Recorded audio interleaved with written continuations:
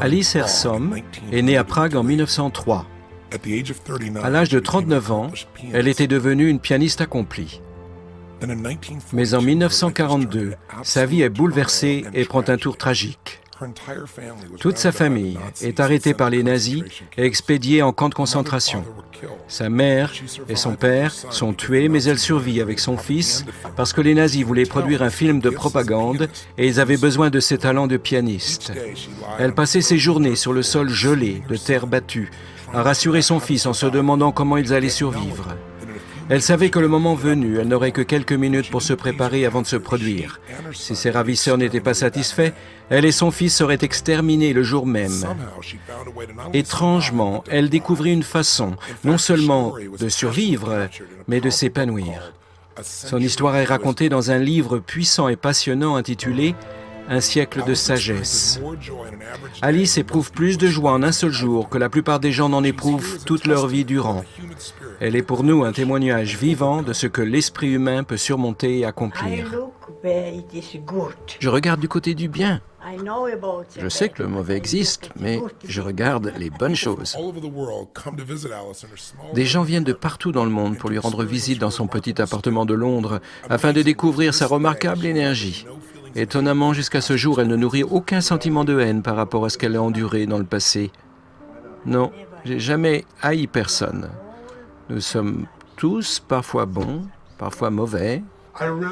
J'ai lu quelque part que vous avez dit que le camp de concentration, ça a été pour vous comme un cadeau. Est-ce vrai? J'ai été très reconnaissante et heureuse. Mon fils avait 5 ans et demi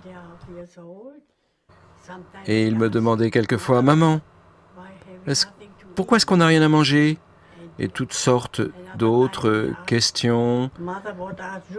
Mais je ne savais pas quoi lui répondre.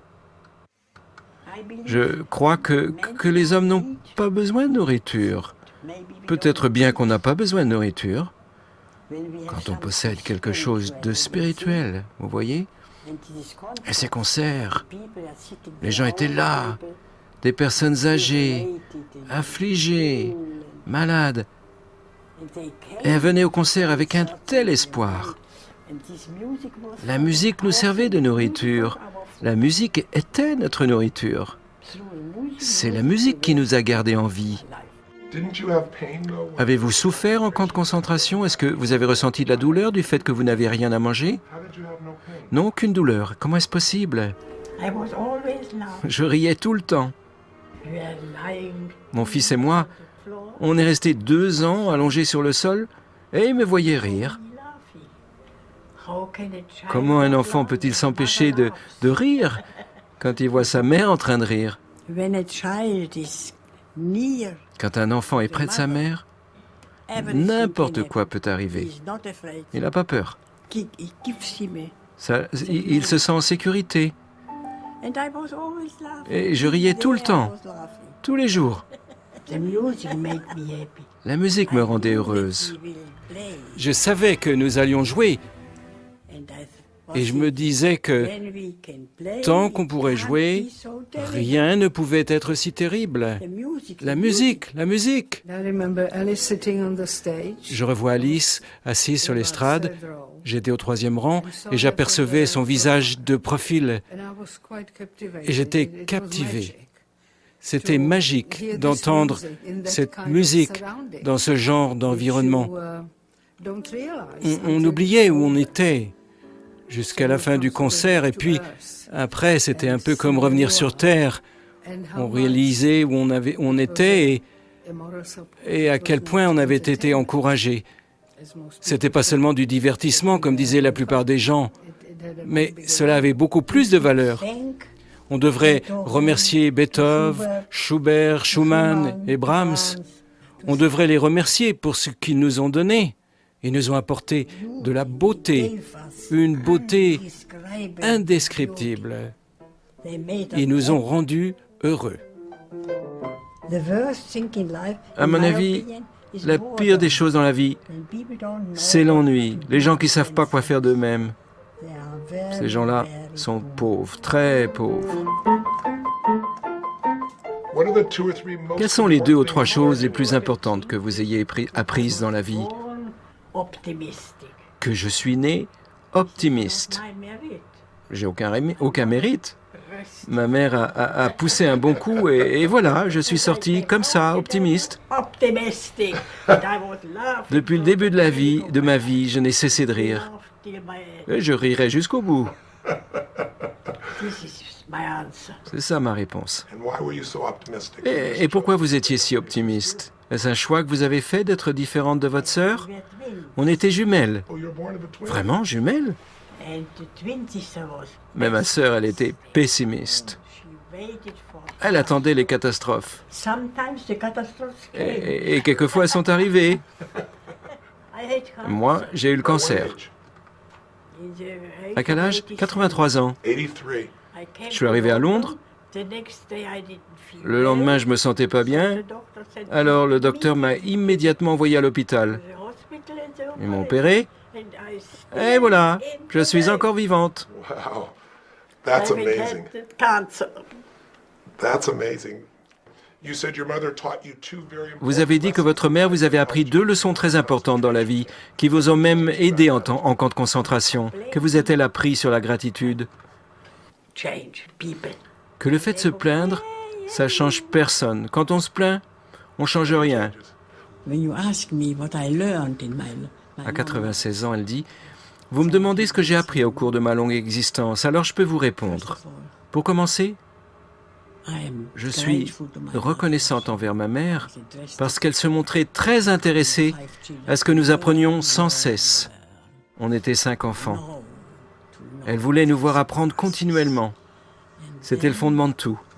Et puis, elle nous a appris à être reconnaissants. Par exemple, dans la situation de survie où j'étais avec mon fils, nous étions reconnaissants pour tout. De ne pas avoir été pendu, d'être en bonne santé, bien sûr, de voir le soleil, de voir un sourire, de recevoir les paroles gentilles de quelqu'un. Tout est un cadeau. Absolument tout. Voilà, j'ai appris à être reconnaissante pour tout.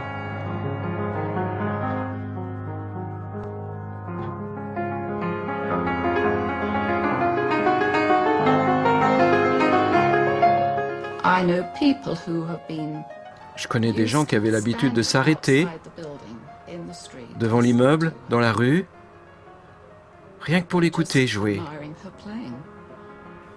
et admirer. C'est un peu comme ma religion. Je suis juive sans religion. Alors la musique, ça fait partie de ma religion. Votre mère vous a appris à mettre chaque jour quelque chose dans votre esprit, quelque chose que personne ne pourrait vous prendre.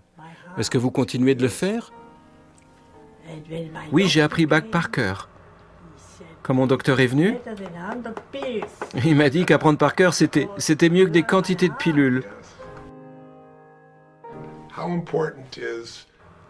Est-ce que c'est important pour vous d'être reconnaissante pour une vie bien remplie? J'ai toujours été reconnaissante et heureuse.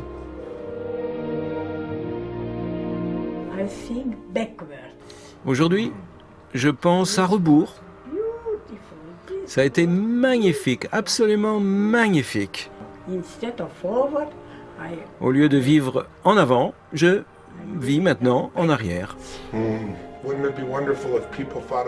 Est-ce que ça serait pas formidable de commencer sa vie à la mort, puis on se verrait offrir une montre en or, et on irait au boulot, et puis jusqu'au jour où on se retrouverait à jouer avec ses copains dans le jardin.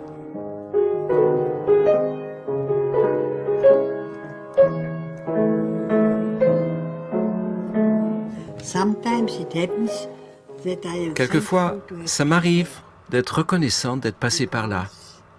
Parce que ça m'a donné une certaine richesse que les autres n'ont pas. Ma réaction à la vie ne dépend pas de celle des autres. Tout le monde se plaint. Oh, c'est terrible. Mais c'est pas si terrible. On apprend tous de nos erreurs. Il faut bien qu'il y ait du mauvais. Vous souriez même quand vous dites il faut bien qu'il y ait du mauvais. Un sourire, ça aide beaucoup. Vous avez appris du mauvais, mais vous vous êtes concentré sur le bon. C'est comme ça que vous avez fait marcher votre vie. La haine ronge l'âme de la personne qui est, pas de celle qui est haïe. Tout le monde se plaint, c'est terrible. Mais c'est pas si terrible. Je sais qu'il y a du mauvais, mais je regarde le bon.